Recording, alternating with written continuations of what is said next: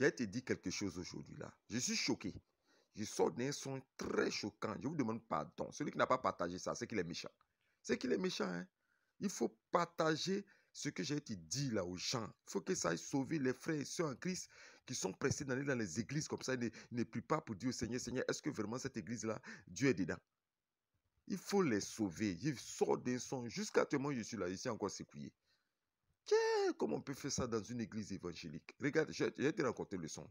Je me retrouve dans le songe, je me retrouve dans une grande assemblée. Grande assemblée, ce que j'ai remarqué, c'est le col du dimanche qui était dans une autre salle à gauche. Et l'estrade là-bas, il y avait l'homme de Dieu, un homme de Dieu puissant. Selon le songe, il y a un grand homme de Dieu, il a son invité, tout et tout. Et puis, un coup, il y a une trompette qui sonne. Je regarde derrière, qu'est-ce que je vois? C'est un autre homme de Dieu qui vous a invité. Mais l'homme de Dieu qui vous a invité, il était assis dans un fauteuil élevé. C'est-à-dire, vous voyez les rois là, non?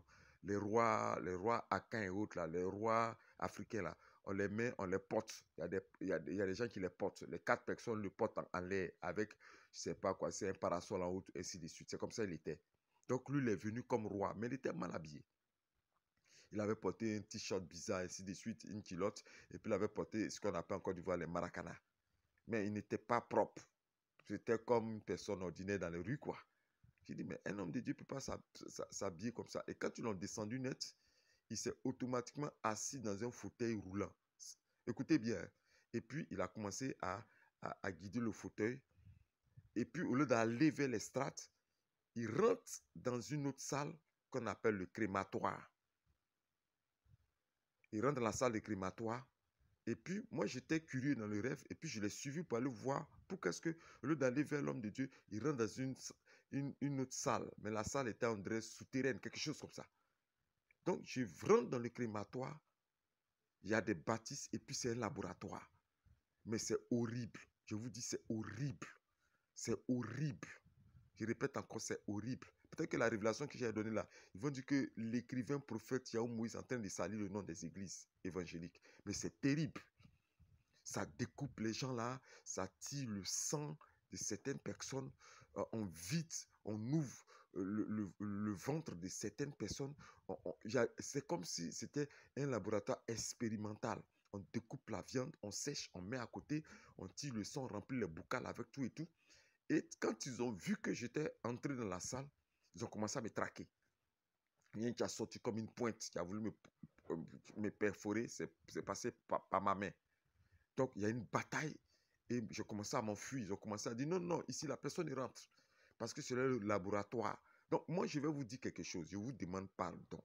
Et je répète encore, l'écrivain prophète Yahou Moïse vous demande pardon. Partagez ça là, sauvez des gens. Je suis encore choqué. Hein. Sauvez des gens qui vont boire cette scène en même vin, ils boivent tout. Tout est transformé là-bas. Faites attention à certaines églises où vous partez. Je ne dis pas que toutes les églises sont fausses, mais faites très attention. Je vous demande pardon. Faites très attention.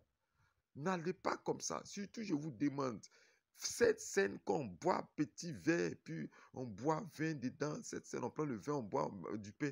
Faites très attention. Ça fait la deuxième révélation que je reçois. Mais cette fois-ci, c'est pour confirmer ce que j'avais reçu dans les années 2017. C'est terrible, c'est terrible, c'est terrible. Ils ont commencé à me traquer. Ils ont commencé à me traquer dans le songe.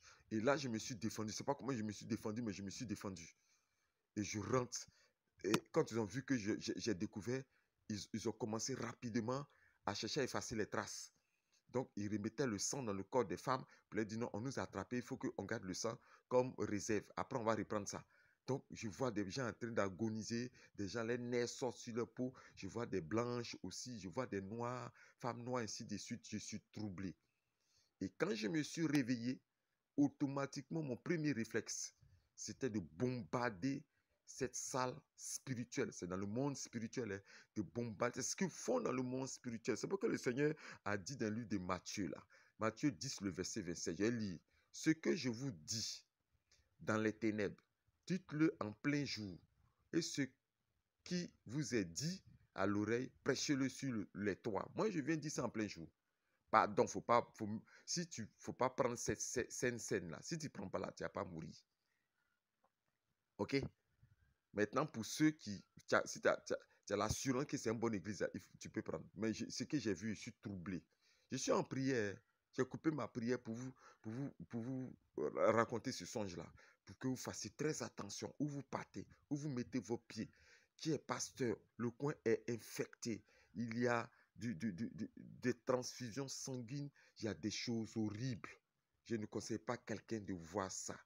Partagez, partagez. Partagez, même si après on appelle l'écrivain prophète Yahou Moïse pour lui dire non, tu racontes n'importe quoi. Je sais qu'après, ils vont chercher à m'insulter, ils vont chercher à critiquer, à faire des critiques sur ce que j'ai dit, mais partagez.